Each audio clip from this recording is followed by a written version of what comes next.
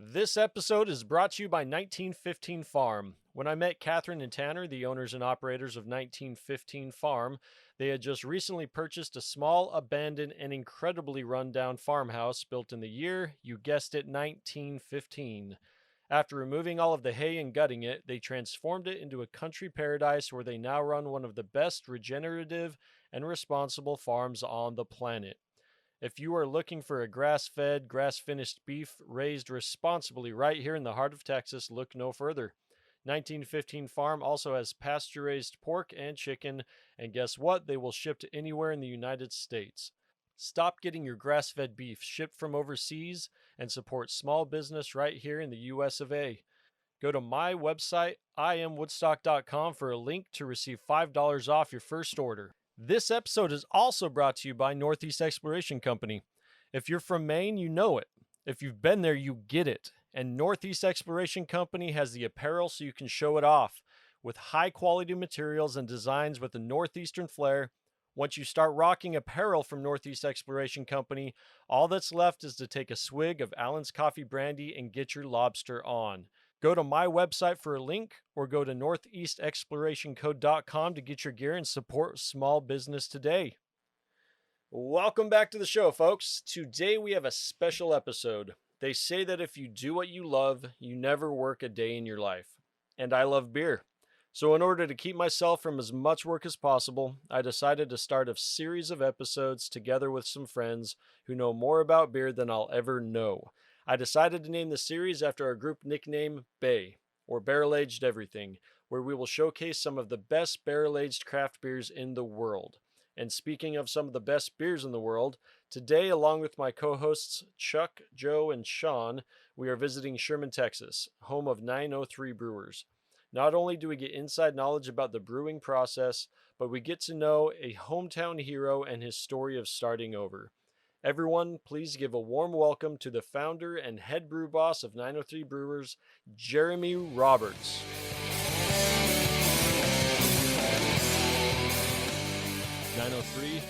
We chose this over what? We had a dozen different options, and I asked my crew right here, who happens to be one of the finest groups of craft beer connoisseurs, and 903 was the top of the list, man. Awesome, man. Well done. Thank you. Glad to have y'all here. Well, how long you been brewing? So, all together or commercially? Let's hear it all. My wife and I were both home brewers. We started home brewing late 2008, early 2009. It was basically just a hobby. You know, we were just looking for something fun to do. We both owned a financial coaching company. And basically what we did was we worked with businesses like I am today, small businesses. And our whole thing is we basically, I guess long story short, is we had customers that brought in, $6,000 to $10,000 a month. And we had customers that brought in over $1 million a month. And what we found is all of them spent more money than they made. Didn't matter how much money they made, they spent more. So what we did is we actually came in, sat down with them, and basically cut the fat. All businesses are profitable. It's just that we waste a bunch of money on stupid shit. And so we did that. And then in 2006, 2007, I forgot when the economy crashed, we thought our business was done because everybody was in a bad spot. What we found is that made our business grow even more. And what happened was I went from being a financial coach to actually being a life counselor. Most of my customers were getting divorced because the world around them was crashing. They were addicted to drugs. They were going to commit suicide. They were doing all these things. Well, when you hear negative shit, you become negative. I had no hobbies. So I was talking to a buddy of mine, and I was like, I need to figure out something to do. And he's like, what do you love? I was like, I love beer. He's like, well, you should look at brewing beer. And, the rest is history. We opened our doors in May of 2013. I started brewing on a barrel and a half system. Like you look, everybody looks at our brewery today and like, wow, you're this big brewery. And they don't realize that we started really small. I mean, I was basically brewing 3 kegs at a time. And then, we did that for a year and we were like, we're making no money. And then we upgraded to a system that actually brewed 14 kegs at a time. And we're just like, we can't produce beer fast enough. And then 4 years ago, we upgraded to this brew house, which is right behind you guys. And basically, I can brew 60 full-size kegs at a time or 400 cases of beer. And we've already outgrown this system. And so we're in the the early stages of getting ready to hopefully break ground in June of our new facility, and we'll double the size of this brew house because we just can't keep up with demand. Every time we grow, we just can't keep up with it. So that's a long story short of kind of where we started, how I got into this, and kind of where we're at today. I think most people that are going to listen to this do not know anything about beer. So one thing that I want to go through, because we do have video for some people, other people are just going to be listening to this, but for those who actually watch the video, behind us are all of the equipment that create the magic that we call 903 Delicious Beer. So can you do just a brief, like, don't get too into the science of it, but kind of give a brief, like, how beer is made? So it's pretty simple. And, I love giving tours. Because of COVID, I hadn't been able to give many tours. But, whenever I go do a brewery tour, even though I've been brewing for, 12 years now, home brewing and then into commercially, sometimes people talk over my head. I'm like, excuse my language, what the hell, what are they talking about? And so when I give a tour, I break it down very simple. Is we have our mash tun. And so basically we add grain and water into that. And it's like making oatmeal. We're stirring it up. But from that point is we want to extract all the sugar we can from that, basically sugar water. And then which is called wort, and we transfer it into our boil kettle. Now it's really sweet. So how do we balance it out? Well, that's where we add the hops, the bitterness. So we immediately add those, and it's going to balance it out. So depending on if we're brewing like the Texas Pilsner or a Blonde or Cerveza Por Favor, we don't add a lot of hops to it. If we're brewing like an IPA, something we want super bitter, super piney, tastes like grapefruit, we're going to add a lot more hops because we want more bitterness than the sweetness. From that point, once we're done boiling, we're going to transfer it into one of our fermentation vessels. If it's an ale, a stout, a porter, we ferment for 4 weeks. So grain to glass, 4 weeks. If it's a lager or a pilsner, grain to glass, 8 weeks. Those take a lot longer. I love those beers. But for me, they cost me money. They're in my way. Like, I need to turn those tanks faster. So they kind of really slow us down. So we always have 3 dedicated tanks just for our lagers, our pilsners. And then the rest of all these fermentation tanks, you can see we've got 22 of them back here, are all different beers. Last year we did over 100 different beers. And then in 2021, we're going to do over 120 different beers. We're releasing four today, right? So we just understand the consumer is no longer brand loyal. They're like, what's new? What's next? Yeah. And I'm like, well, shit, I can do that. We can crank out as much as you want.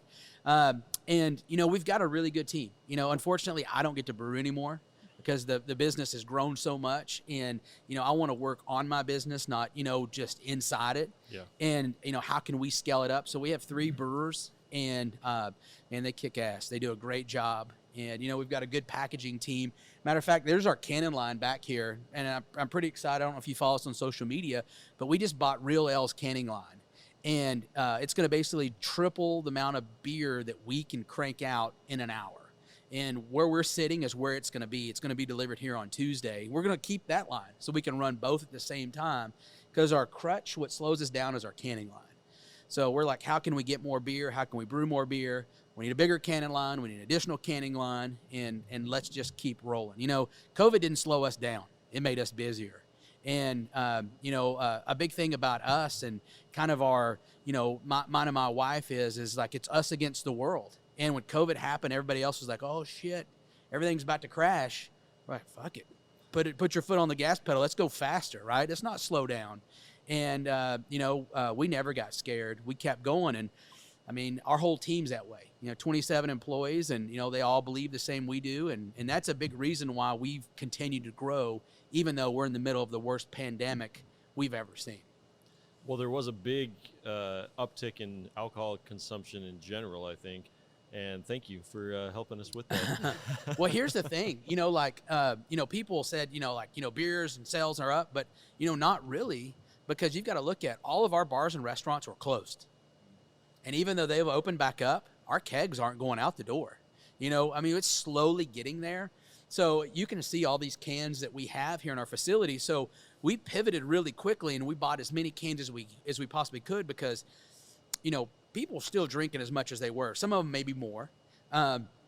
But what we did is we've got to make sure that we have enough cans. In the middle of all that, we're in a national can shortage because Really? because can manufacturers aren't used to amount of cans going out. Versus come getting it through a draft. You have to with the coronavirus now, right? Right. So, like a truckload of cans delivered here, we're talking, and see that one's all jacked up right there, which I'm not happy about. But, 20 of those pallets delivered here at our door is $28,000. Oh, boy. And you have to buy a truckload of those. People don't realize how expensive and how much of a cost it is just to put beer in a single can. And so that's why when that one showed up looking like that, I was not happy about it. But, in the middle of this, we just hope we've got enough cans to get us through 2 more months. And we're already trying to make sure that we can buy more for May. And if we don't, we're going to be in trouble. But there's a lot of breweries that just can't get cans at all right now. Can't get it. The fact that you're canning, though, is definitely going to be a boost during the coronavirus, because there's breweries that they only have tap room, and that's how they make all their revenue.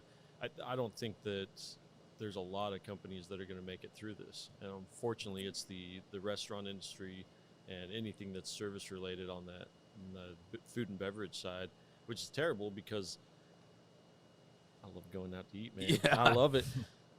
And I love these breweries too. But we chose 903 Brewery to do this episode today for a lot of reasons, mainly just the quality of your beer. But I threw it out to my group, and I said, hey, we have every single option in the Dallas-Fort Worth area.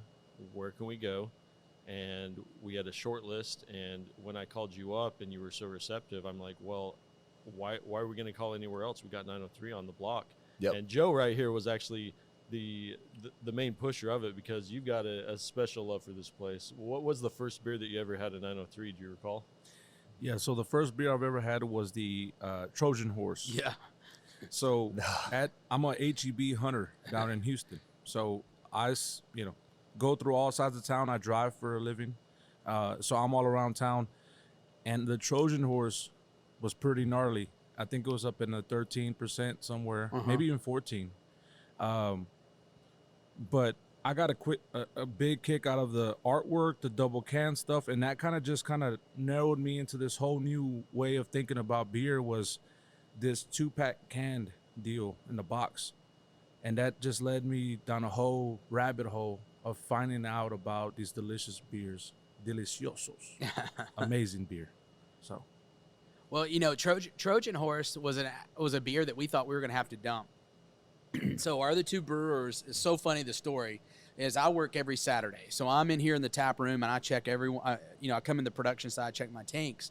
Well, we ferment beer. If it's an L Stout or Porter, which Trojan Horse is a barley wine, at 70 degrees. If it's a lager or Pilsner, we ferment at 50. And it's all the way the yeast works, eats the sugar, and converts into alcohol. So I've never brewed a barley wine before. Wasn't my beer I brewed. It was my other 2 brewers. And that was the time I was still working on the production floor. And all those tanks have a temperature gauge that they're set at. And I look at it, and it was at 97 degrees. So I'd screenshot it, and I sent it to both my brewers. I'm like, hey, I've never brewed a barley wine because it's not my jam. I've never brewed it. But is it supposed to ferment at 97 degrees? And they were like, because I'm a jokester. So they were like, oh, you're full of shit. It's not that. And I'm like, no, I'm being fucking serious. Like, this is, like, it's at 97 degrees. So what happens is yeast, it eats the sugars and converts into alcohol. It's a lot like us. So, like, it's in the mid-60s here. We're comfortable in this room, right? Like, we can work. We're not going to get tired. If it gets too cold, we just put on a jacket and a hoodie, and we just kind of hibernate, right? Well, yeast does the same thing. If it's too hot, yeast gets pissed, and it's going to work harder, and it's going to work faster because it doesn't like it. Like us. If it's 110 in here, I promise you, in this podcast, you're like, we're going to knock this thing out in 20 minutes because we're going back to the air conditioner. So yeast does the same thing. If it does that, it worked bad, and it gives off flavors. So they came in here, and so I cranked it immediately down to 70 degrees. It dropped it down, and it probably was there maybe 24 hours. But the beer turned out amazing.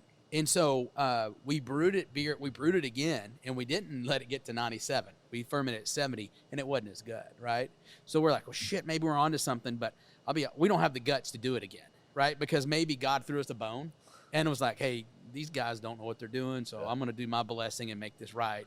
But that beer turned out great. and it was almost one we almost dumped down the drain. Now, real quick, was there different batches of the Trojan Horse that hit distribution, or was it all? So the one in that line? you had was one, and that one was because that one we just did distribution on. The other ones, it was just a real small release. We did draft only, and then we put a bunch in whiskey barrels, and those are still aged. So that two never hit the market for package. It was mainly just one that hit the market.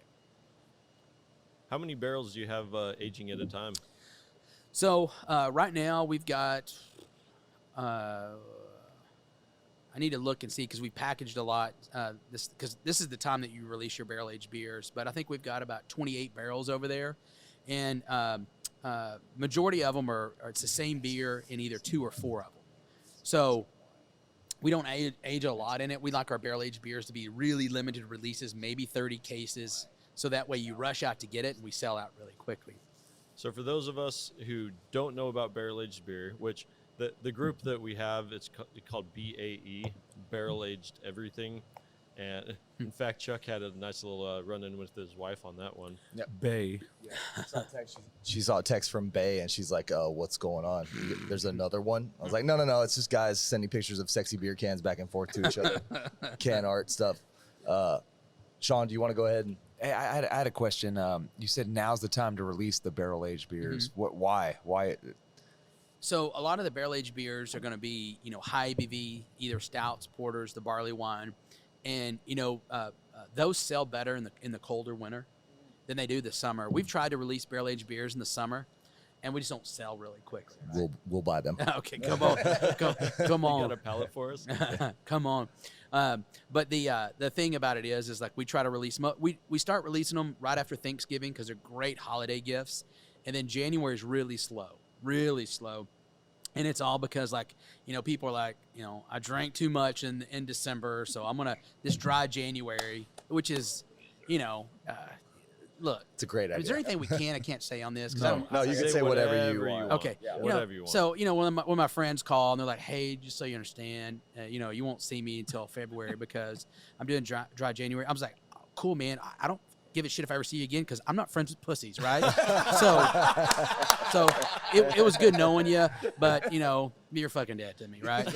And do you not know what I do for a living? Why don't you reach out to me in February then? Because I don't really want to talk to you. Yeah, and I'm really, I if you're a friend of mine, and you don't have thick skin because I do, we don't want to hang out. There's no hard feelings. I joke and I say what's on my mind. But when I hear people say I'm taking January off, I'm like, what the fuck is wrong with you? I took January off. The fuck is wrong with you? Carnivore month, bro. Strict carnivore. Lost 20 pounds. Every year I've done it. Lost 20 pounds, and it's just a great reset. But yes, I am a pussy, and I'll chug this beer for you, sir. Yeah. Well, so that's the thing is January. So people financially, and I get it because my business is a financial coaching. January they're tough because they spend a lot over the holidays. They're trying to lose weight for January, and in all seriousness, I get it. Sometimes certain people do overdo it, so we try to release a bunch of good crazy things in January to drive people to our tap room or to buy beer. So sometimes we're a little bit aggressive on what we release in January, to really kind of be almost like a bad drug dealer, right? We got to get you back in. And so those people who don't give it up and who still drink, they're appreciative because most breweries pull back in January, and then right around Valentine's Day is where it picks back up. We see, this is our 8th year. We've seen it. And then now, as y'all saw today, our tap room's packed for Texas Independence Day. 2 weeks is St. Patty's Day. People need a reason to drink. And guess what? I'm going to give it to them. And, we just have a really good time with it. So I have a question, if I may. I'm looking at a churro beer. I'm looking at a beer with a donut on it. Mm-hmm. You have a lot of intriguing flavor concepts. Where do those come from? So, people always ask me a lot, how do you come up with, the beer styles, the beer names, how you're going to brew it? So my thing is I go home and I usually start drinking a whole lot and I start writing shit down. First thing that hits the microwave, it's a new beer flavor. And if I can read it the next day, it makes the list, right? And so, being a fat kid, I love pastries. I was a fat kid. And so So was he. So I don't know about you. we have collaborations with local bakeries. So like chocolate donut stout. This comes from our friends from Momo's Donuts, which is a little a donut store in town. And, you know, we use 250 pounds of the chocolate donut into the bowl kettle. So when you drink this, it tastes just like it. On the, you know, the churros, same thing. You know, we get 250 pounds of churros. We put it in the bowl kettle. Wait, actual churros you put in the beer? And so the creative process is you go home and and write stuff down for you to decipher yourself the next day. And if it's there, then it's like, boom, we're gonna do this. Yep. Thing. That's great. And now, you That's know, art. Now we have such a good team, and our calendar now, like our brew calendar, set out for 4 months. So we know in 4 months from now what we're brewing. So it's not like last minute, like, oh shit, I need a bunch of donuts to brew this beer. Like, it's on the calendar. We know when we're going to release it strategically. Our number one pastry beer that we release is a strawberry cake cream ale. And there's a local bakery in town called Mom's Bakery. And anybody who lives here, if it's your birthday, if it's a holiday, you get a strawberry cake from Mom's Bakery. And so we use, you know, 250 pounds of strawberry cake, all this icing in the bowl kettle. And then we also, on the back end, in the packaging tank, like, we still add more flavors to it, like cinnamon and vanilla and more chocolate. But like on Mom's Bakery Strawberry Cake Cream Ale, we add more like fresh strawberry puree, you know, vanilla beans and all that stuff that really makes it taste like the whether it's the donut, the churro, the cake. Because I forgot one of y'all over here was like, it tastes like a churro, you know? Yeah, churro stout is amazing. 11-7, fell in love with the 4-pack. It's at my local HEB. Definitely grab it anytime it's available. But here in the tap room, in the land where the glory happens, I grabbed one. We cracked it open. We played our little VC, our card game that we play. It's so amazing. It's so sweet, but not sweet to like it, you know, like a, not sweet where like it's overwhelming, but just sweet like you know what that churro tastes like. That churro does taste like that. So it's very rare when you have a picture of a, you know, cake or a donut, but it translates into the beer. Very rare when that translation actually equals into the beer. And It almost you tastes nailed chemically it. instead of the actual food. But this actually tastes like the food. I definitely get, I mean, the whole sensation of it, the sweetness of it, you know, it's all in there. I gotta say, I've tried the Chupacabra, the Trojan Horse, peanut butter, espresso, tried them all. I don't know why, but just, you know, well, I know why. That It's doesn't even it's sound like, that doesn't even lower, sound like it's, you know, close to all. it's I think there's definitely, like 120 coming out this year. So no, I haven't tried them all. Four but, is not enough. but what I've tried, the churro stout is true. Very true. Well, because there's a So shit ton true. of churros in there. That's why it's so fucking good, man. Are you kidding me? How There's many thousands pounds? of pounds? How many 250 pounds? Yeah, we of usually do churros. 250 pounds So of where do you churros. buy these churros from? So we reach out to local bakeries, and they make this stuff for us. So you're buying Mexican churros ladies from a rolling bakery and then just throwing them into a huge vat Yep. to make beer. Yep. Wow. Yep. I always wondered, do they have like little concentrated little drips that they put in there? But you're actually putting real legit churros. So you can do that, and a lot of breweries do that, and that's where it tastes fake, right? You know, like if you have a, you know, if you go and you get a, you know, a flavored water, you drink it, and you're like, there's not really strawberries in this water. This is like an extract, and we've done that because, like, at the end of the day, it's about how, you know, we got to be profitable. But then we realize we're like, no one's going to pay this much money for a 4-pack stout if it tastes fake. So how do you do it? You use real shit. And if you use that, it's going to taste like it because there's no way it can't because we actually used it to make it, you know? That's so true. I've had a bunch of stouts that are just garbage because it's so synthetic tasting. It's just they assume that a peanut butter stout should taste like this, and then as soon as I drink it, I spent a lot of money on a 4-pack. And after the first one, I realized it was a terrible investment. Terrible. So we use a lot of peanut butter, right? So we use PB2 peanut butter, which is a powdered peanut butter. If you use real peanut butter, you know, the beer's going to pour flat, and people are going to think you messed up on the can because there was no, you know, there was that head retention wasn't there when you first poured it. So like, but that powdered peanut butter, that PB2 is super expensive, but again, it gives that real flavor, which you can taste. I see which peanut butter beer that I brought. Oh, it's the chocolate or the peanut butter espresso stout. And Right here, the 903 Peanut Butter Espresso Reserve. Oh, this is exactly my alley. If I can choose a beer, it's going to be on the porter or stout side. Probably porter with a little bit of chocolate and peanut butter in it. If you can do that well, because peanut butter, half the beers out there, it just tastes like chemicals. It doesn't taste like peanut butter. When you can do it well, that is when I'm going to pay whatever you want. Not naming names, but you know who you are. Who are making garbage peanut butter beer. We're calling you out right now. Name some names. No, don't name some names. There are many pretenders. Yeah, we can let them defend themselves. Maybe they need to know. Maybe no one's told them. Maybe they need to know that their peanut butter tastes like pure shit. They know. But what it boils down to is like, can you afford the cost? For us, we realize for a consumer is like, in this world, our customers are not brand loyal. You get one shot.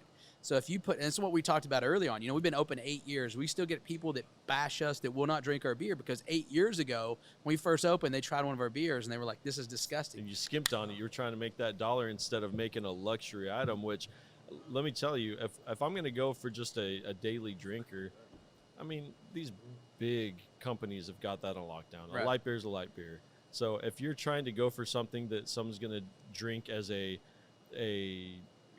Coke or whatever, that's not what people go for with craft beer. This is a luxury. This is first class shit, and you pay money for first class. But what's so true is that, I mean, nobody's loyal, like you were saying earlier. And so you see good branding, you see a good can, whatever it is, and you get one shot, and if people drink it, they love it, and they're loyal customers or not, and they just move on to the next thing, right? They'll say, oh, I like the way this beer looks, and they take one sip, and they're like, oh, man, that is not a good beer, like some of the ones that I can think of. But I guess it cuts both ways, too, because, I mean, the beer that gets put out of 903 is just, I mean, if Sean, you don't get even right know, up on that microphone. if you don't even know, just try it. I mean, it's just absolutely delicious. So, but it makes a lot of sense that you only have one shot, because even I know there's so many breweries out there that when you walk down the aisle and you're looking and seeing, like, branding's a big thing, and seeing what the price per 4-pack and all that is, it's a very competitive market.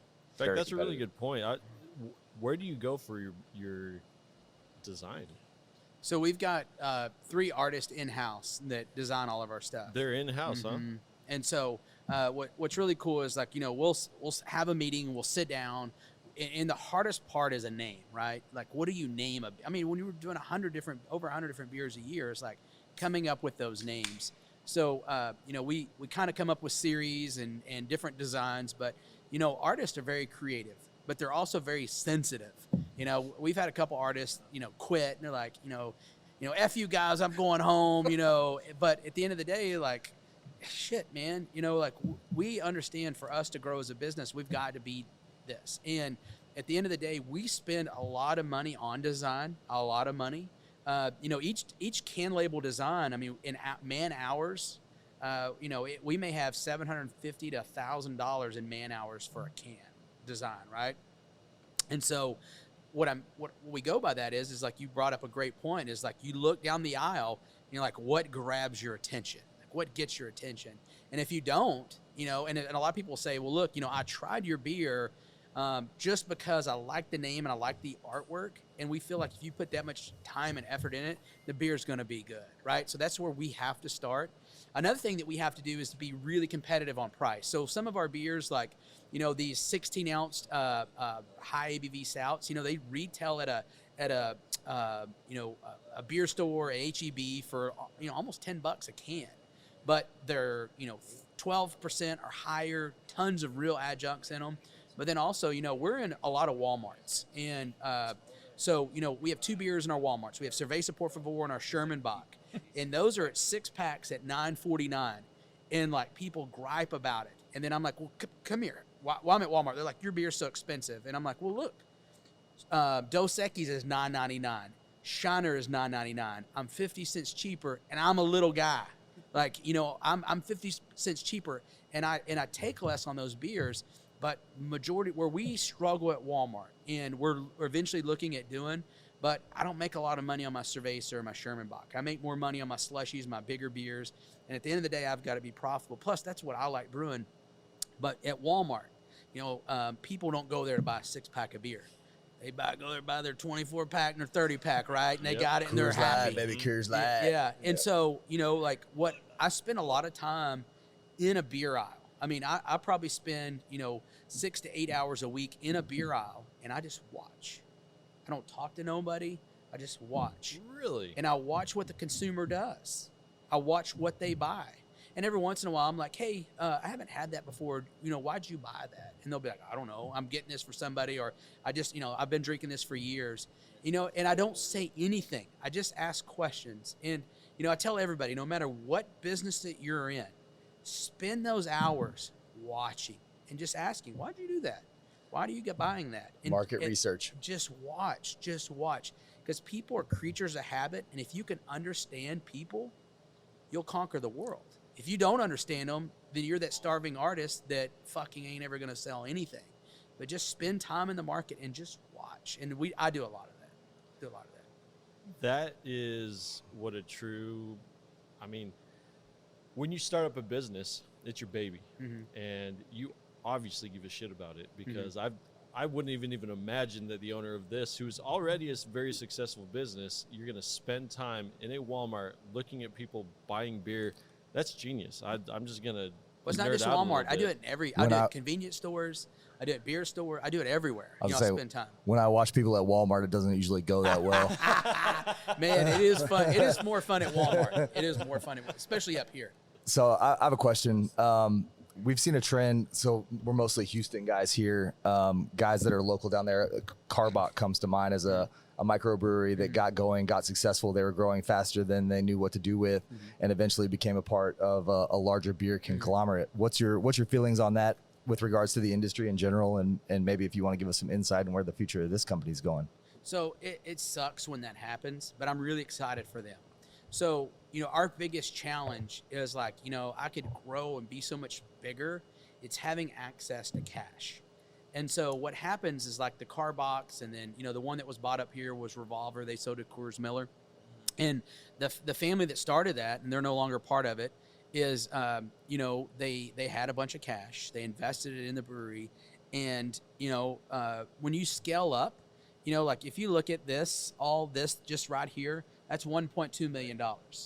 So, if I double that or quadruple that, well, look, that's another, $3 to $6 million. And, it doesn't matter how good a credit you have or how much money your business is banking. It's like going to a bank and trying to borrow that cash is tough. Then going to an investor and saying, hey, I need $3 to $6 million. Guess what? Everything you busted your ass for and you work for, you're going to take that cash and you're losing shares. And which in returns you could lose control of your brewery. So, the one thing is there's that happy medium. And what we've done is people look at, well, you started 8 years ago to where you are now. You've really grown really quick, really fast. But no, we grew at a pace that we can keep up with. So to go back to Carbach is, I think their whole initial game plan was to do that really quickly. And they did it. Good for them. It sucks for us because what happens is Anheuser-Busch, Coors Miller control all the beer sets. So, perfect example is there was a little restaurant up the road that, I had this tap for 4 years. 4 years I had this tap. Revolver got bought out by Coors Miller. They came in, threw cash down, and bought my tap handle, bought my space. And then they did it at 2 other bars. So, my thing is this. I'm not a gangster and I'm not in the mob. I love those movies. So I'm like, you're coming on my turf? Fuck you, I'm going to your turf. And I told my salespeople and I told my distributor, I said, I'll pay $100 for every tap handle you can bring me of theirs. And, we said, you just put a bullseye on your back, coming to my backyard and doing this shit, I'm going after you. I don't need any extra motivation. And that's what I did. And, I was throwing down $100 left and right to collect these tap handles. And then you know what I did with those? I had a hell of a fucking bonfire. Burned them. Yeah. Burn it to the ground, hell of baby. A bonfire. That's awesome. And I sent them the pictures and the videos, right? And I told them. But what sucks is I still can't get those tap handles up here, but I still own their tap handles down there. And all they had to do was not come mess with me. Just let me have my territory. So those are the things that hurt. And then also, in these stores up here, I have less space. because of, like Carbot, and there's many other ones that have national ones that have been bought, and people think they're craft, and they're not. And what's so sad is like my friends that owned Revolver. I don't know about Carbach. I don't know those guys very well. But my friends at Revolver, they all lost their job. They kept them for 2 years, and they said, you're out. Now, I got paid nicely. I don't know how much because they didn't say, but they don't have to work no more. Good for them. But, like I tell everybody, if you're starting a brewery, you're not doing this for money. I can make a lot more money, but I get to do shit like this on a Saturday. I get to do shit like this every day, And so, I love it. But at the end of the day, everybody's motive's different. Money drives a lot of people. So, not hating on them, but that's the thing that happens to the little guys. We get hit like that. Well, I'm definitely going to be in a deficit financially for the next couple of years doing this because I'm starting a new business. It's nothing I've ever done in my life. My background's carpentry, right? So I've never been in broadcasting. I sound like a fucking idiot when I talk, but I believe in what I'm doing, so I'm going to bust my ass and do it. And I did not know anything about you before I reached out to you. What was it, a week ago when I called you up? Mm-hmm. And the fact that I'm hearing everything that's coming out of your mouth is mimicking the thought process that I've been through over the last few months of deciding, you know what, this is what I love. I'm going to learn how to do it, and I'm going to pound it out.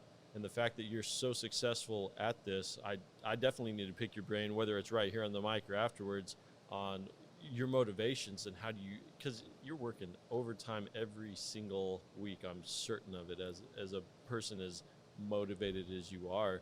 So is there anything that you do on a daily basis that kind of boosts that energy level of getting you back into the game every time you like have some self-doubt, or like what at the beginning of the game it probably wasn't easy. What were the biggest downfalls you had or pitfalls? So, first I was embarrassed by this part, but now it's like it's part of it, and I enjoy talking about it. But when we first started, we had our financial coaching business, and I was at the top of my game in that industry. I mean, I was speaking at seminars where 2,000 to 5,000 people and getting paid very well from it, to the point to where it was like I want to come back to my hometown. That was never a long-term game because I had to hustle for new clients daily. And, I also became depressed because I was just dealing with other people's problems, right? So, starting over, and same thing for you or anybody who's listening, is you start a new business, you're starting over. So if you were, the best way I can explain it is like if you're the star athlete in your town and you started all 4 years in high school and then you go to college, guess what? You're nobody. You're nobody. You're at the bottom. And you've got to fight and work your way back up. Yeah. And then you do that. And if you want to go, to the next level in the NFL, you're a rookie. You're a nobody. You got to fight another 4 or 5 years.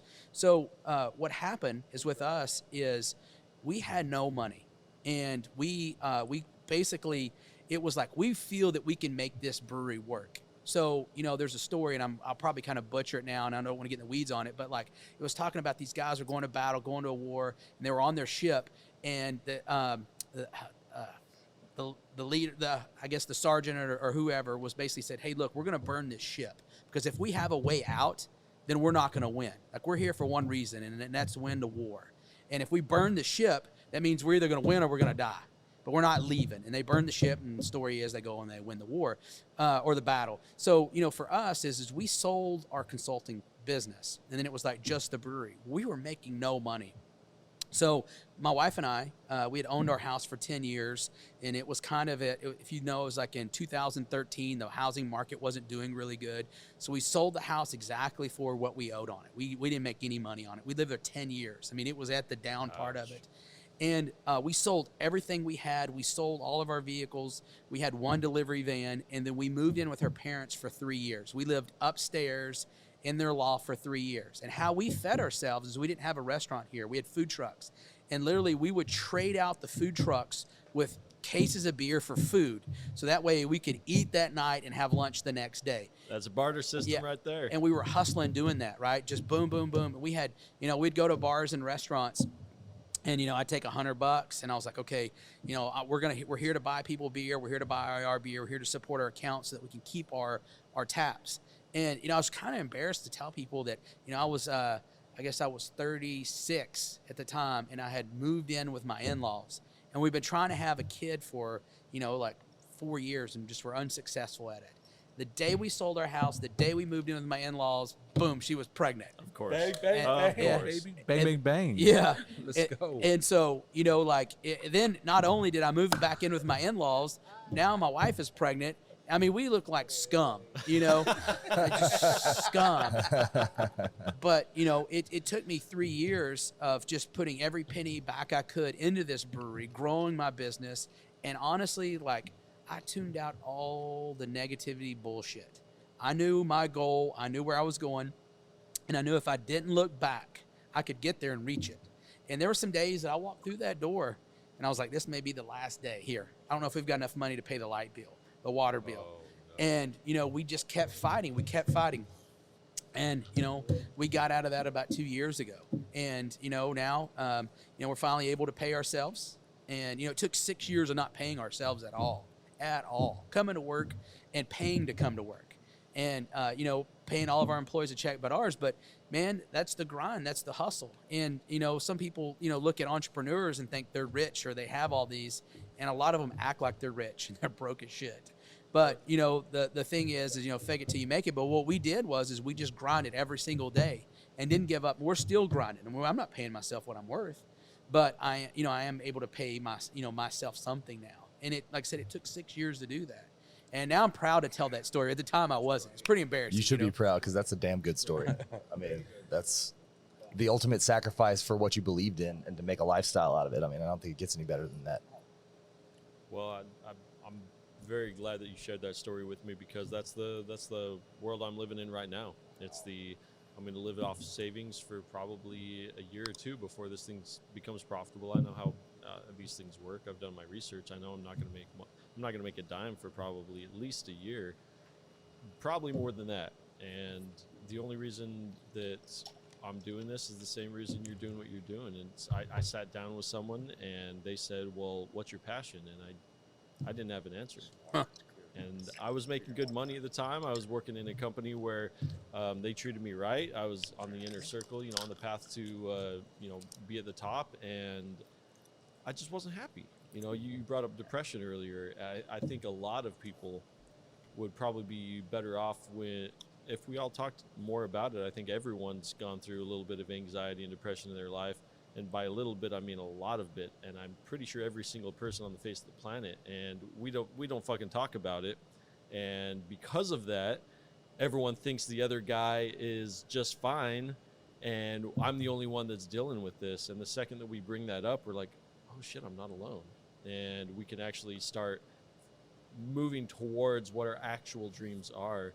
And I don't know if this is going to be financially successful, what I'm doing here. Obviously, I'm doing it to make some money, and I hope it does work. But at the end of the day, I'll go back and I'll start my carpentry business, and I'll do my other love. But at least I've tried and seen success stories like you. And when I say success, I'm sitting here looking at the table. For people who are just listening, there are cans on the table that we can only fucking dream of. We came here with some expectations, and everything has been surpassed times 20. You're an inspiration to us, man, and I really enjoy your haircut. Oh, thank you. Yeah, you're too. I was admiring it. We're both bald. Cheers to that. But, man, Joe, thank you for bringing up 903 because I'll be honest, before this trip, my experience with 903 is I've had one chupacabra, and that's it, right? And I've tasted probably just over this conversation right now, at least 3 or 4 different beers. And I plan on tasting a lot more. And never once, in fact, earlier I was taking some leave because we may or may not have partied a little too hard last night. And I may or may not be a little hungover. So I was taking a pill, and Sean brought me up a beer. And I just used the beer to swallow the pill, and I set it down, and I stopped. And Sean went out to take a work call, but I stopped. I'm like, oh my, I shouldn't have used that to take a pill. I should have enjoyed that because it was amazing. You definitely know what you're doing. And I've brought some people with me who are way bigger into craft beer than I am. Joe, for example, knows about craft beer on a level times 20 what I do. And That's a little generous. I don't know, man. 15 maybe. No, I love it. I drink it. We have a good times with it, party it up. So, but no, definitely. I definitely, like I said earlier, HEB Hunter. So definitely do that. You got your running up against with Martin House, in my opinion. Martin House is the one that, to me, the artwork, like you said, you got 3 people on staff right now in-house that do your stuff. It's so important. It jumps off the shelf.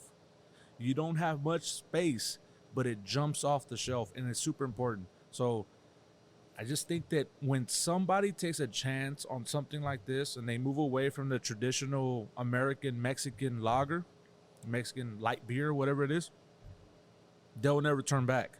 It's just like opening up something that a whole nother world.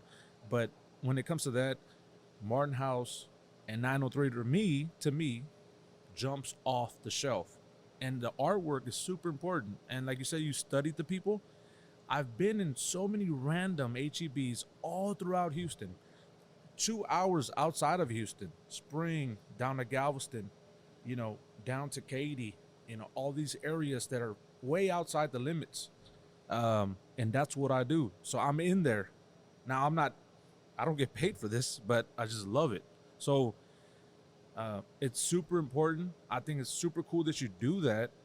And I think it's very important that you move forward with that same, what you're doing. I mean, you're just on the right path to just to hit the whole game up, and the hustle that you have, so inspirational, man. So good to hear that story. I just loved it. Well, thanks, man. I appreciate it. And, we have our biggest challenge is our distributor. Our distributor, they're stronger in DFW. And they have our distribution throughout the whole state. And would they want you to say their name on the? So full clip craft, and they're kind of like us. They are the there's Andrews and Benny Keith, which are the Anheuser Busch and Coors Miller. They're the big boys. And the reason why we didn't go with one of those guys was just due to the fact is we would be their bottom of the barrel. But with Full Clip, we're the top. We would call it the bottom bitch. Yeah, and that's where I would be, and I didn't want to be there. Nobody wants to be the bottom bitch, right? Fuck no. So, but the thing is, they don't have that power to get us in all those places. So, like get us into Walmart, and I just keep using them for example because everybody knows them. Well, it's huge getting into Walmart because it's 5 years. Huge box. Yeah, it took 5 years, and our distributor wasn't going to do that. If I was with, Andrews or Benny Keith, instantly I could have been, in there. And so, people are like, I can't find your beer down south. And I'm like, I'm trying to work with my distributor. And, 4 years ago, we were with another distributor in Houston, and we weren't a good fit for them. And they weren't a good fit for us. And so we just nicely parted ways. And then we went with Full Clip. We kind of took a break in Houston for about a year. And I spent a lot of time there. And unfortunately, I've had my kids now, and I can't go down that route, go back down there. But that's kind of my plan is for later part of this year is probably go spend, maybe once COVID kind of dies down a little bit, spend a little bit more time down in that market and building it back up so that we can get that shelving space and that. Because if I walk in there and me as the owner and the brewer that talks to people, they're going to want me in those spots. But if I take my distributor or a sales rep, they're going to have a hard time getting through that door. And so, but the thing is, I can't be in all those places. And the most important thing for me now is, my brewery is very important to me. But, I was blessed to have a dad that was, he was there every day for me. And so for me, it really hit me hard the other day because, I'm hustling for my children. I don't want my children to have to struggle the way that I did. And especially, I have a son and a daughter. But this was right before COVID. My son, at the time, he was already 4. But anyway,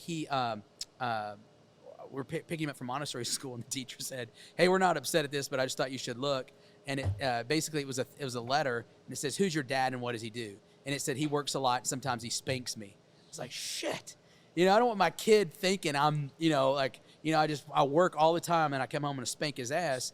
But I got my ass beat when I was a kid, so I'm a firm believer in spanking. Same. Right? Yep. But the bad thing is with my child, I'll spank him with everything I got. and on his ass, not on his legs or his face. I spank him, and he's like, "That didn't hurt." He's like, my mama didn't raise no bitch. I didn't hurt. So, the only thing that hurts my kid, he's like me, gets his energy from people. So it's like putting him in time out in the bathroom eats his ass up, right? So, but like COVID was really good for me because A, it was a timeout. Like timeout. Yeah. You had to. And then B, it made me spend more time and become a better dad. And so, and I realized that my kids don't give a shit about wearing nice clothes or nice shoes or mommy and daddy have a nice house. They care mommy and daddy's there. Time. Yeah. Time And is so, most precious. man. Absolutely. and so I've, that's been my whole thing was for, 2021 was obviously like you make your goals. Like I want to grow my business. I want to be a better business person. I want to be a better leader. But the top of my list was I want to be a better dad. I want to be a better husband. Then I want to be a better business because if my home life is good, then everything else is going to work. And my wife's not here today. She's with her. She's at home with her children. But I wish you could have meet her. But she runs the show. Like what's awesome is like when we went down to Real Ale this last week to buy their canning line.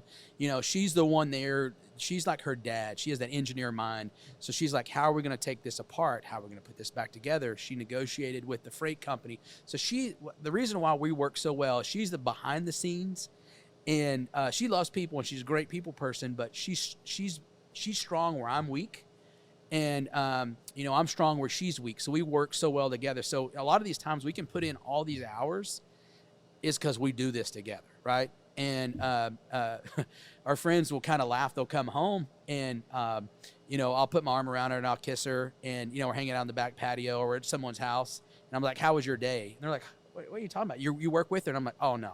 So here's the deal: when we're at work, we're working, and you said that we can say anything we want on this. So I tell everybody like this is like, we get in fights at work. We argue, but like at the same time, I want to have sex with her. So I can't piss her off so much that she's not going to have sex with me. So like, like you have to understand that like, working together, I also want to go home afterwards and have sex with my wife. But I've fucked that up because I've said things or done things and she's like, "Hey, your ass is sleeping on that couch. You're out. You're out," right? You're out. And so, that's always been the challenge of that. And we don't talk a lot during the day unless we have to, but it's a very professional, we work together, right? Well, I have to ask you because I'm about to go on the road. So this podcast setup, as you can see, is 100% mobile because I want to come to people. I don't want to do a phone call because it's just trash audio. No one's going to listen to that. But I'm about to commit myself, me, my wife, and my 2 daughters to hitting the road for at least 6 months where literally 24/7 I'm going to be around my family. And as anyone who is married knows, being next to your wife for 24/7 hours straight is hard enough, let alone back to back days. You having lived through that life, what advice can you give me? The best advice I give you is the same thing. What I just said earlier is like when you're together, like, you also want to have sex with her that night, right? So you want you've got to be smart, not a dumbass. And, this is the thing about COVID for me. It was the best thing for my family. But, one of my good friends is a family, attorney. So he deals with divorce. And with COVID, more people were getting a divorce because what happened is all these people no longer worked in an office building. They worked at home. And then, they didn't go out at night with coworkers and have that drink and then, come home and like, "Hey, you look good. Hey, you look good. Let's enjoy life." And so they were together 24/7, and then they were drinking at home, and just the stress of COVID that they're getting he is making so much money because of divorces, right? It sucks. So all these people were like, I loved you, but I didn't love seeing you 24/7. Or, you were kind of like, it's almost like you're my side piece because, I have this work life and then you came home and we hooked up. Now we're together all the time and then I don't want to hook up with you. And so, I've got a really good friend, a couple that's going through a divorce right now. And so the fact is like, it's like you've got to find that balance. Now, what works for me may not work for you, and what works for you may not work for me. But at the end of the day, like, my wife and I have been together for 21 years, and I tell it because people ask how sex after 21 years. I'm like, it fucking gets better, and so like, but at the same time, you have to work on it. You have to be smart about it. It's practice, baby. You Yeah. gotta do yoga and your stretches in the morning. The worst thing is like, I hit my mid 40s, or I hit 40. I'm not 40, mid 40. I'm 42. So I hit my 40s. And, I learned you have to stretch before because nothing sucks more in the middle of sex. And all of a sudden you start cramping up. Pull a hammy. Yeah. Yep. Yeah. That's important. No one talks about the important part of is stretching before sex. Yeah. So it's like, we both now like, all right, give me a couple minutes. Let me get warmed up. And, I promise I'm gonna give you my best game, but I have to stretch because nothing's more embarrassing is like, the middle of it, you're fucking cramping in your stomach. Man, it happens to us all. Holy crap, it happens. Like, oh shit, oh no, oh, I'm so sorry. Like, oh, it's not you, it's me. It's me. I'm fucking old, man. It's definitely not the beer. Yeah, It's no, not next, the beer. oh yeah, that probably helps. Next thing you know, your toes are just going crazy. You're like, oh God. Well, if you're listening to this, honey, I will start stretching, and I will focus on making sure that at the end of the day, even though we're spending all day with each other, you're gonna want some of this. I guarantee it. You got to work. It's tough. You got to work on it. But at the end of the day, my wife, we both love each other, and we both believe in each other's dreams, and no matter what, we support each other. And I'm so blessed and so lucky to have that. I mean, she was 17. I was about to turn 20 when we first got together, and so we met each other young. I mean, look, I'm a salesman. I fucking sell anything. And you see my wife, and you're like, yeah, you're an ugly fat motherfucker. What'd you do to her? For right? those of you not watching the video, he is a fat, ugly motherfucker. and so what's so funny is people think because I own a brewery, I'm rich, and then they're like, oh, she must just married him for his money. And she's like, A, no, and B, you still don't have fucking money, So like, why would I marry him for his fucking money? And but that's the thing about it is like, man, it takes a lot of work, but we do it, and that's what makes it successful. Well, man, it's got to translate because I just walked next door and there's hundreds of people. We just couldn't in find the line. table. Yeah. We're over in the production side. He says, hey, man, I got a busy day. And he's turned this into one of the best experiences I've ever had at a brewery. I can't speak for everyone here. No, absolutely. 903 has not disappointed. I mean, to see the live music that's going on next door and to see that just people are rocking and rolling, and we have the man that made it happen sitting over here with us is just fantastic. And the quality of the beer speaks for itself. To be honest, I usually don't waste my time for breweries that don't make good beer, and every beer that I've had here, which has been substantial, is just delicious. Some stuff's not my jam, but it's all good. It's so good. And it shows next door because that pallet you put out is pretty much empty. Well, so the reason why we're busy is two things. Number one is, I'll toot our horn as a brewery, but today is, we give away these glasses, and we've done it every year for Texas Independence Day. So Davy Crockett quote is, "You all can go to hell. I'm going to Texas." Right? Damn straight. Yeah. And then, but the second thing is, if you're listening, last week we were the second natural or the biggest disaster that's ever happened in Texas was Snowmageddon, and our stupid fucking power grid. The guys did not winterize their shit, and the whole state lost power and rolling blackouts. Right, so the thing that we're blessed about in this part of town. And the reason why our beer is so good is we're on a natural, well-watered spring. There's no chemicals. And, most of Texas was without water, without power last week. So we, being on a spring, we had water. And so it was on a Wednesday. It was at 2 o'clock. We're middle production. Canning, it was the French Toast Stout, just got rolling. And our city leaders called and said, hey, we've been without water now. We're 6 hours. This could go on for weeks. We don't know. We need water. And I said, I got you. So I said, give me 2 hours. And we canned 40,000 cans of water. In 2 hours. No, in 2 days. Oh, 2 Hold days. up. No, it took me Really? 2 Oh, gotcha, hours gotcha, to gotcha. switch over because I had to stop production, clean everything, convince my guys. So we went, and it was last week. I just didn't feel good. I didn't have COVID. I got tested. I Right. didn't feel good. That's okay. I've had it. And I'm vaccinated. I've had both vaccines, but I just didn't feel good. And it was 30 degrees in here. It was cold as shit. And we canned 40,000 cans of water. Well, we ran out of cans that we could possibly do, right? These cans that you're just telling us how expensive Yeah. they are, Yeah. you're going out of your way to hook up We- with water. And let me tell you this, there was no question in my mind because I'm from here. Like, I didn't move here. These are my people. I'm one of them, right? And the thing is that I realized is like people are very uneducated. Like, oh, I can boil water, or fuck it, I can drink it. You can die if you drink bad water, Yep. right? You can fucking die. Dysentery at a minimum. And so Giardia. And Sherman, you die from diarrhea. That's Yeah. the worst way to die. Yep. I don't know that Yeah. on authority, but I'm pretty sure that's the case. well, the thing is, there's a lot of uneducated people on that. And Sherman is a very blue collar town, right? We're not wealthy by any means, very blue collar. And, we're very we can figure this shit out. So I immediately stopped production. We canned water. And I was tired. This was like 12:30 in the morning. My guys were tired.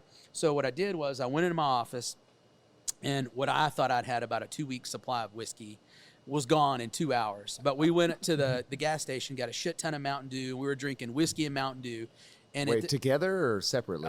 we were all drinking it, right? Wait, did you blend the whiskey with Mountain Dew? Oh, yeah, yeah. Oh, really? Yeah, so because we needed that energy, right? Yeah. Never had that before? No, I've never That's had pretty whiskey popular. Mountain Dew. Yeah. Whiskey Really? Mountain Dew, yeah. No. So, I'm no. all jacked up on Mountain Dew, Okay. man, So, we were, and plus it was cold, so we wanted to warm up. If you're sipping whiskey, it's one thing, but if you're drinking Mountain Dew, it's sweet, and you're going, and you're getting the energy.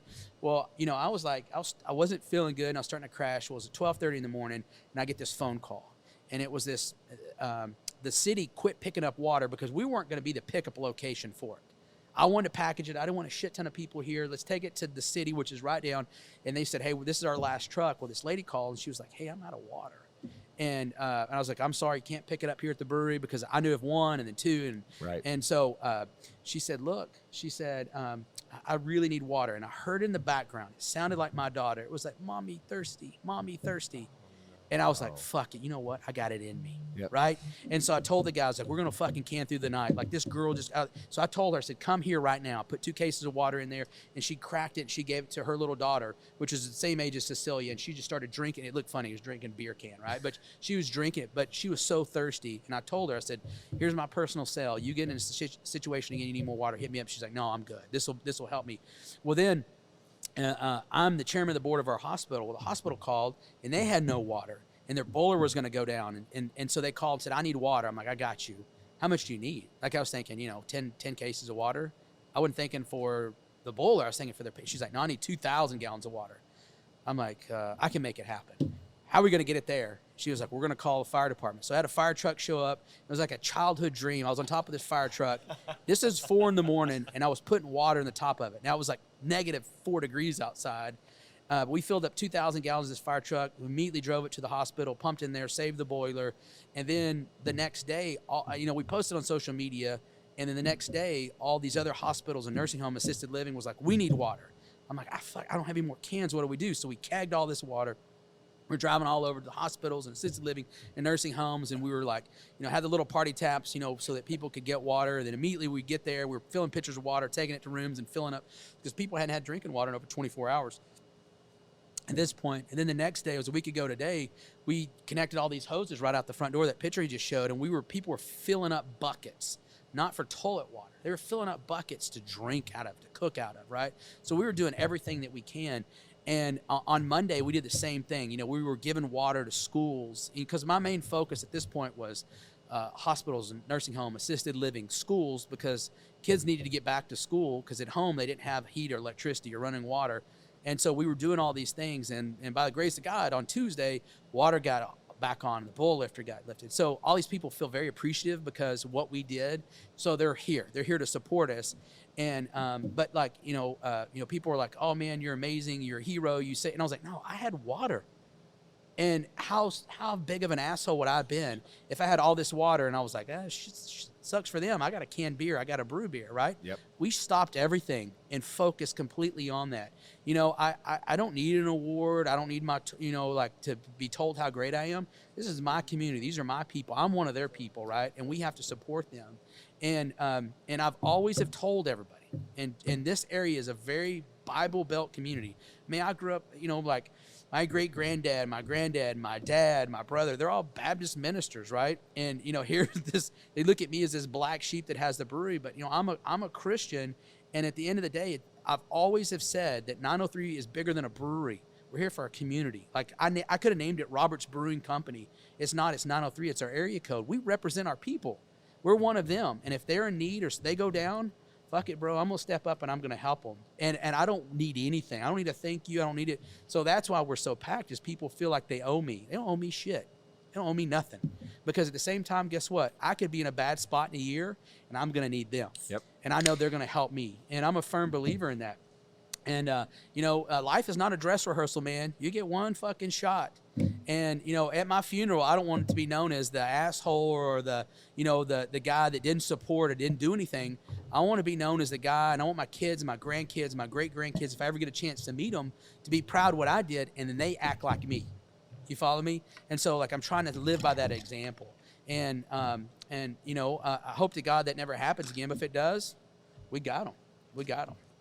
I just want to add too, I live up in Colorado, and we were watching what was happening down in Texas, and it's kind of funny. I'm a little bit biased since I'm from Texas, but what people were saying is, holy shit, look at what the people in Texas are doing. They're taking care of their neighbors, and even the people that I hang out with, they were just bowled over to see, that it was a pretty serious situation that happened last week, and everybody showed up. And to get to hear firsthand a brewery that's just being stewards to the community, it has nothing to do, you're not looking for press, you're not looking for kudos, you just did what needed to be done. That's something that a lot of places don't necessarily do, and it's just really cool to get to hear it, because like Jace, I had no idea. To be honest, I don't do a lot of social media, but to get to see what you guys did, and it was nothing beyond just knowing you got to take care of the community because you are of the community, is just, it's amazing. It's amazing. When you fly, right? So the first thing they tell you is when you're flying in the oxygen mask comes down, you have to put on your oxygen mask first. Because if you try to save everybody else, then you're going to die and you save less people, right? So, for us, what we do is we got to make sure that we're ready for this. And so, to go back to the water situation, we were blessed. We had water. We never lost power. We never lost water here. So we were good. So we had our oxygen mask on. So now we can go help so many other people. And so, God took care of us and gave us this resource. And so, the big thing is people always try to help everybody else and they don't take care of themselves. Yep. And so, that if you're taken care of and you're in a position, then do it. If you're not, fix your shit first, right? Yep. But the thing about Texans is we, for those of us that are Texans, if you're listening, we're very prideful. We're very proud of ourselves. But at the end of the day, there's a reason why everybody buys Texas shit, is because they want to be a Texan.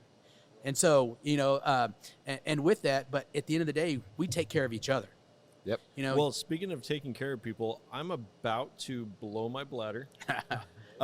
I could do this for the next 2 hours, but is there a close bathroom? Yeah, right nearby? here. So if you walk through that door right there to the right, this is part of the show, guys. Bye, This is part of Jace. the show. But I do this knowing I'm leaving in good hands, because I've got the Rochelle Bros on mic right now, and I know for a fact they spit better fire than I do. Yep. That being said, Not I'm going to go. necessarily. I'm going to go take care of this. Like you said, take care of myself first, and then I'll Yep. take care of y'all. Yep. Put your oxygen mask on there, Yep. buddy. It's so true, though. It's so true to get to see what had happened. Thank you, Johnny. To get to see what had happened. Not losing power, not losing water, and just be able to use the resources and stuff you have. That's something that a lot of people couldn't necessarily tout. And for a facility of this size to be able to take care of the entire town, basically, it's just fantastic. Wow. Well, it wasn't easy. And, the hardest thing for me is to tell people no. Yeah. And, so like, when to tell, like other towns were calling because, Sherman called me first for help. And then other towns called and said, hey, we need cases of water. And I'm like, fuck, I can't. I wish I could. And that was the hardest thing for me was to tell no. But, back to it is like, man, this shit should have never happened. Should have never happened. And, for Texas, we have our own power grid. It's the thing is, I tell everybody when bad shit happens, it sucks at the time, but it's the best because we're going to be better from this. We're going to learn from this. And I promise you, this shit ain't ever going to happen again. Ever going to happen again. Also, angels always rise up in the time of fucked up shit. Mm-hmm. Angels rise up. They show their faces. They help people out. They give that water. You know what I'm saying? They do those things that have to be done. There's also vultures. There's also demons that arise and get on people's struggles. But there's angels as well that rise up and take care of their community, man. And that's where you start, is in your house with your own bed. Fix your own fucking bed first, right? Before you're trying to fix the whole fucking world. Fix your bed because your bed looks fucked up. My bed looks fucked up right now at the house. So how am I going to help people? Great point. Definitely wanted to hammer that home, though. Let me ask you a question. Did those Dallas fucks that said that you weren't the best brewery, did they ask for water? No, we didn't. But we if they didn't. would, I know you would have poured it up for them. I was just going to ask what you wanted to say to those Dallas fucks that don't think 903 is a fucking player. Yeah. If there's anything you want to say to them, So, real quick. You're from Fort Worth. Get out of here. Yeah, we were talking about this earlier. So, there was a list that was the Dallas Morning News that rated the top 19 breweries, and we were at the top of that list, and people were really bashing us and beat us up. We're if you're not familiar with Sherman, the Red River, which divides Texas and Oklahoma, we're on the Texas side, and we're an hour north of the DFW area. So, we're kind of the bastard child, we're the armpit, and if we were in Dallas, people would just give us so much praise, but because we're not, and we're in the sticks, and people look at us as hillbillies, we don't get that praise. And our beer, like for example, Sasquatch won a silver medal at the Great American Beer Festival, and then it was in 2017. It was rated, the top 10, one of the top 10 stouts brewed in America. It was the top stout brewed in Texas. Yep. And there's other breweries that have tried to claim that they're the number one stout in Texas, and I'm like, but you haven't won an award. At the end of the day, like you may sell more beer than me because you have more marketing dollars or you have a bigger distributor, but at the end of the day, like you haven't won an award that we have. But I love haters, and I love that. One of my good friends, his wife made me a coffee cup, and it's got my 903 logo on it, and inside my coffee on that coffee cup it says the tears of my haters, right? And I drink that shit for breakfast. That drives me. Most people can't read negative comments. Yep. I read that shit for breakfast. Yep. Because it pisses me off enough to where I don't get mad at them. I don't talk shit back to them. I feel sorry for them that they feel they have to go online and bash me, right? Yep. Like You hear that, you Dallas fucks? Yeah, I'm sorry that you have this anger. I love y'all, and that shit that you said about me just made me so much better. So thank you, right? Jealousy's a stinky Well, club. come up here and drink the beer and then say otherwise. Yeah. Come on now. Don't just mark them off because they're not in the DFW area. Stop hating hoes. Yeah. I'm not from Dallas, but I'm not from Texas originally. Nobody's Coming perfect. down here, I know. I'm growing. But one thing I have learned over the years is, I'm not going to talk shit on Dallas, but come on. I mean, I'm pretty sure the rest of the Texas is not a fan. It's no Fort Worth, I can tell you that much. I mean, it's the home of the world's greatest football team. I don't know about They're in that. Arlington. I mean, Fuck Dallas. you're from here. No, Dallas, we love you. You just got to get on board. So- You just got to get on board. Oh, for the record, that was somebody from Fort Worth that said that wasn't. That's so true. At the end of the day, I love everybody. I love Yep. people that hate on us. I love people that talk shit about me. Because it's what drives me and makes me better. And if everybody come in here every day and they kiss my ass and they in a good way and they said how much they love my beer, that shit gets in here. And then you're like, I'm the best. Why do I need to grow? But reading the negative comments, like, man, it's like we've got to improve. Like on my mash, I love motivational quotes. On my mash tun, it says, and it was a J.J. Watt quote. It says, "Success isn't owned; it's leased, and rent is due every day." What's up? Follow me? And that's Yep, from Houston. damn straight. Yeah, That's rent is JJ, due baby. every day. Yep. Yeah, pay up, right? And that's where it starts. So, we tell everybody here, whether you're a brewer, like at the brewery, if you're a brewer, then you're the man, right? Because it's a brewery, you're a brewer. And if you work anywhere else, on the packaging line, like we tell everybody, like every one of your jobs are important. Absolutely. Every one of you can screw up beer. Yep. And but that's where it starts. That's where it starts. And so just because we've won these awards, and if you look at our ratings on Untappd, they're really high, and we're growing. It's really easy to become, complacent. And Elon Musk talked about the other day, and I like him a lot. And Who doesn't? and Yeah. he's Can't now stand him. yeah. Get out of here. He's now the world's richest man. But he said something the other day. Growing up playing football, I'm a football guy. I use football analogies all the time. But he said the other day, he said, how many college teams and NFL teams do you see have a good 2 to 3 year run, and then they suck because they reach it, they don't know what to do, right? And so, like for him, they were like, you've built this company, you're doing these things, you're the world's richest man, and he was like, I want better, I want to do better, I can do better, I want to win those 20 championships, right? And love him or hate him, look at what Tom Brady's done, right? Yep. Love him. And so the thing about it is like Plant-based. Yeah, he wants more. He's hungry. He eats that shit up, and that's the same thing with us. Like. My wife gets so mad at me because I'm never like, no matter what, I'm never happy about where I'm at. People are like, man, you're doing good. I'm like, fuck it.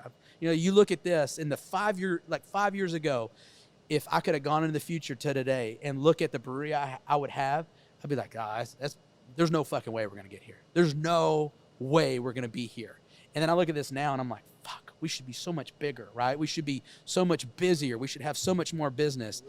Have you been next door? You're pretty fucking busy. But that's the thing. It's like I know I can do better. I know I can want more. So like listen to Elon Musk and Tom Brady. Those people that win a championship, they celebrate for a bit, and then like Tom Brady tweeted the other day. Get the next one. What am I gonna do for the next 5 months? I'm bored.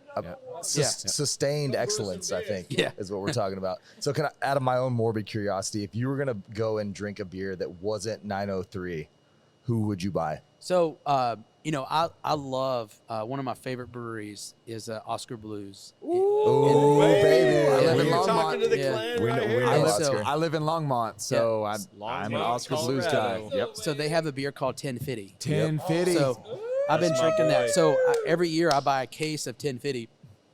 And for my birthday, which was January 30th, I do a vertical. So right now Vertical? I have 7 different years of it, right? And so like I'll drink. So it was 2021. So we had all the way back to 2014. So on the bottom of the cans of 1050, it says the year and it says like a funny saying. It does. And so I will have a vertical of those, and I can see how the beer got better over age. And then also they have different, the new brewers, they change it up, they tweak the beer a little bit. And so that's one of my favorite beers. And that was the beer that inspired me for Sasquatch. So Sasquatch is our stout. It's 10.3% alcohol. So it's just a little bit under 1050. 10.5. Sasquatch is a milk stout. And so, like if you drink Sasquatch, and a lot of our stouts, they're thin. And the reason why they're thin is because I drink stouts like most people drink lagers. And if they're very thick and chewy, and 1050 is a thick boy. Oh, yeah. As It's like thick as motor it gets. oil. Yeah. I believe Joe would call it the muddy. Yeah. Yep. It's hard to drink a lot of those, Yeah. right? But so like, on my birthday every year, I sit down and I look and I have people over, and, because like I'm running out of those beers, but it's getting, longer. So we're, but I buy a case, and then, we try them. And then also, I think I have 4 years of their barrel aged 1050, and I also do those for my birthday. We do the vertical with those. But yeah, Oscar Blues is one of my favorite breweries, stouts. And then another good brewery, and it's like all out of Colorado, is Avery. And, so 4 years ago, our brewer now was the brewer at Avery. And so having him on board, brewing those bigger beers, he's really helped us and worked with me, on brewing those styles and brewing those big beers. And we brought him on because, if you've been to Avery in the last, 3 years, they were in an area like we're in now. They blew up. And I then- remember. and then they- I've been there specifically. It's It was massive- it was a massive small little storefront now, industrial area, Yeah. and I mean it was nice, but it was very quaint. And then you've been to the new facility. Yeah. Holy crap! Wow. So that's where, Yeah. that's like what we're getting ready to build is a facility similar to that, right? Really? Yeah. Yeah. And Wow. so, When is that slated so to happen? we are hoping to break ground in July. And, Fantastic. so like right now, what we're in, this is 17,000 square feet. Next door is 10,000 square feet. It's a lot of wasted space. It's just square buildings. So we're working with our new architect now that basically designs breweries. But what I want, and it's like Avery was the same thing, was had this little bitty tap room where their old location was at. And so when people go next door, they're like, where do you brew the beer? We're like, oh, next door. Well, can we go there? Well, it sucks because of COVID. We're like, we're not really bringing anybody on the production floor. And so, what I want is you to be able to sit in my brewery and see people working, see it happen, and then I love Avery. So that's what we're trying to figure out is like how they have this catwalk. So you can do a self-guided tour and see it, when the brewer's up brewing, you can heckle them or talk to them, and, we want like a self-guided area where you can see it, but not be on the floor. Yeah.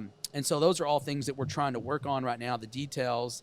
And at the end of the day, I only have so much money, but we're trying to make that work. And where we're going to be going is a crow flies. There's 10 acres that is just on the other side of the highway is where we're going to be going. And Here in Sherman's. Yep, just on the other side of the highway. And I'm going to miss this place, but also this has been this is an old rundown warehouse. And I've been driving a clunker for a long time. I'm ready for a new car. Time for the butterfly to spread his wings and emerge from the cocoon. Let me ask you a question real quick, Jeremy. Have you ever had Death by Coconut?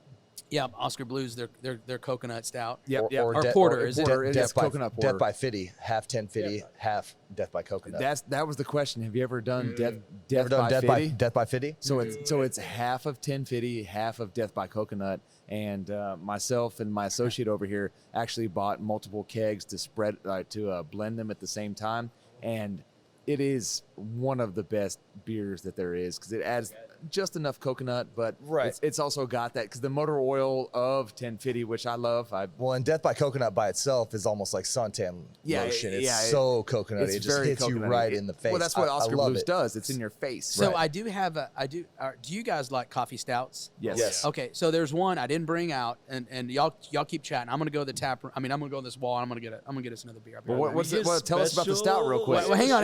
Okay. Let me go grab it real Let's quick. pick up this table and move it while he goes over there. But you know what's pretty awesome is to get to hear that the places he just named are in the town where I live in Longmont, Colorado, and less than 10 miles from my house, going down to Avery.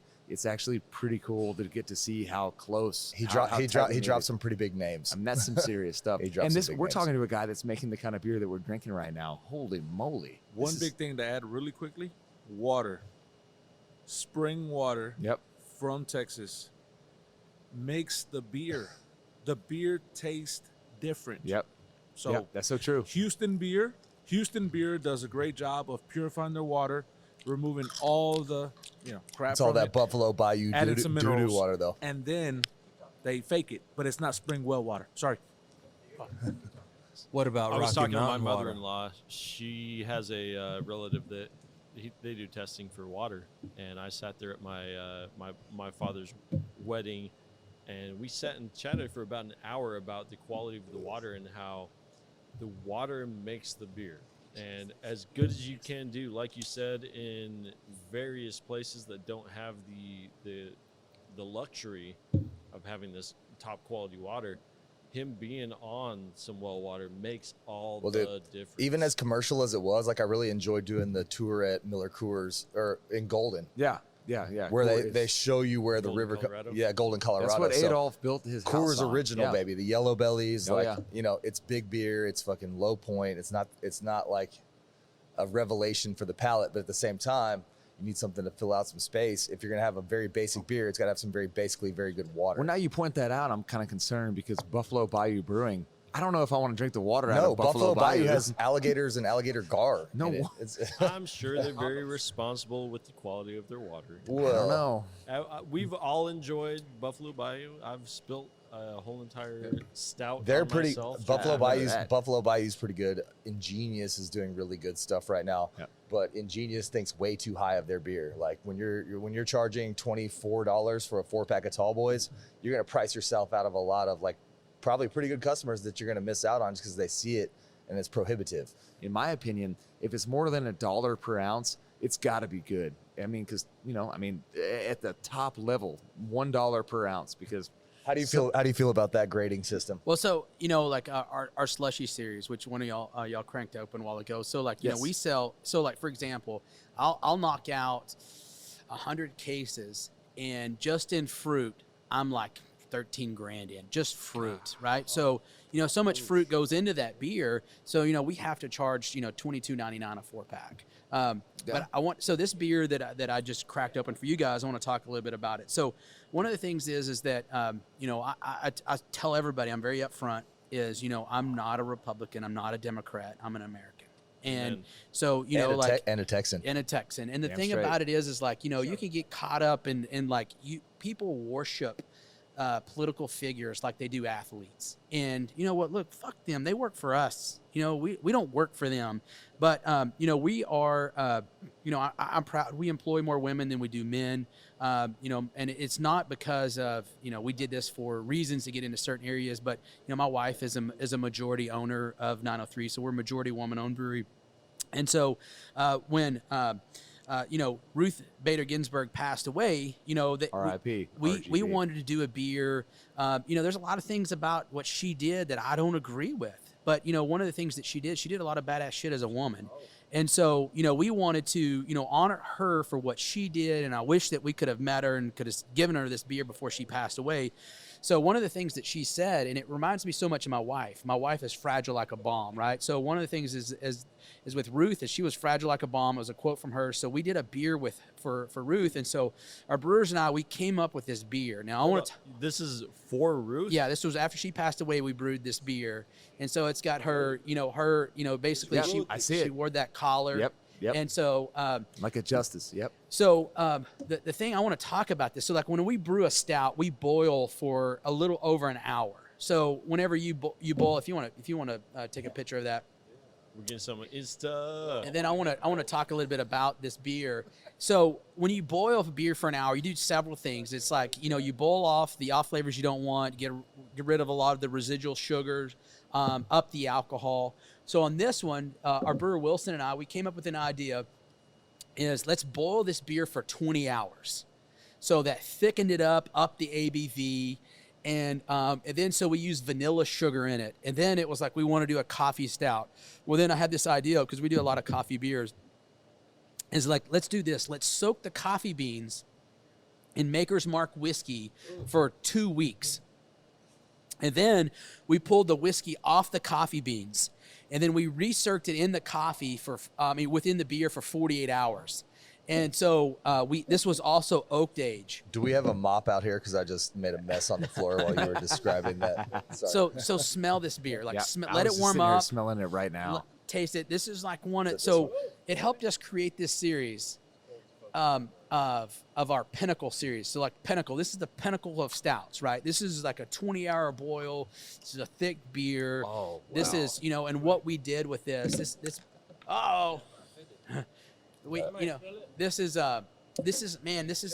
this is a tribute to her. So we felt like we had to bust our ass and brew an amazing beer. But this also helped. You talked about Ingenious and these other breweries that push the envelope. Like to brew a 20-hour boil overnight, nobody here boiling this beer. We really pushed the envelope. No one does that. No one brews a 20-hour boil. And we did it with it. And, man, I'm really proud of our team and how this beer turned out. And it even says in memoriam RBG. That is fantastic. It's really good. Very smooth. Let's do this. Let's all cheers real quick. Absolutely. Everyone hey, cheers. Get some down on this. Salud. And Jeremy, I cannot tell you. I'm geeking out right now because I wanted to do a barrel aged series, right? So, there's no there's no secret. If you listen to Joe Rogan, that's kind of what inspired me a little bit, and I'm a little bit of a fanboy. He does a fight companion, and I was joking around with my boy Joe, maybe we should do a beer companion. And never in my wildest dreams did I think that we would be able to land a jackpot that is 903 Brewing. We love the beer, and that's it. I mean, we enjoyed you for the production you made, but when you showed up and you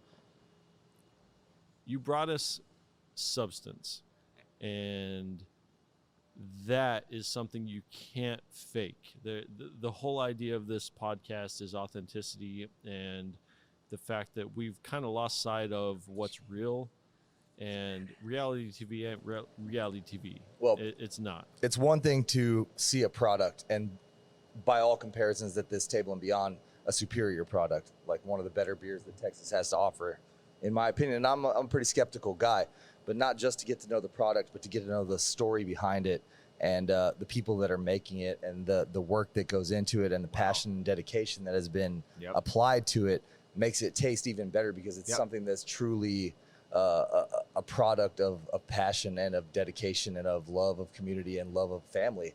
And that makes it even better to me. Well, guys, I could do this for 4 straight hours. But it's your equipment. You got to pack it up. Yeah, I know. We've been doing this for an hour and a half, and as much fun as I'm having, I'm pretty sure we're gonna have way more fun off the microphone. Let's go next door. I'm pretty sure Jeremy has 600 missed calls. I have a lot, you know. But let me tell you that, and I told you this when I going into it. I'm like, man, here's the thing: is I could go on for hours when it comes to a podcast. Yeah. You know, I do a lot of these. I fucking love them. And this is my buddy Robley. Robbie comes up. He lives just about 20 minutes from here. He brings up some amazing beer. What is the beer he's pouring for us right now? A Modern Time. Here, you want to hop on the mic, talk about it? Yep. Yes, sir. Come on. Oh, I'm good. This was from Jim. For Jim. You sure? So this is an Imperial Stout aged on brandy barrels with vanilla and cocoa. Let's see, what's the ABV? Robley? 13.9. I bet it's better than 8. Yeah, it's better than it doesn't say, but no, man, I love podcast, and I could go on and start talking and forever. But like, man, let's do this. Let's go next door. The band's gonna play for 2 more hours. Let's drink some beer. Let's party. Let's have a good time.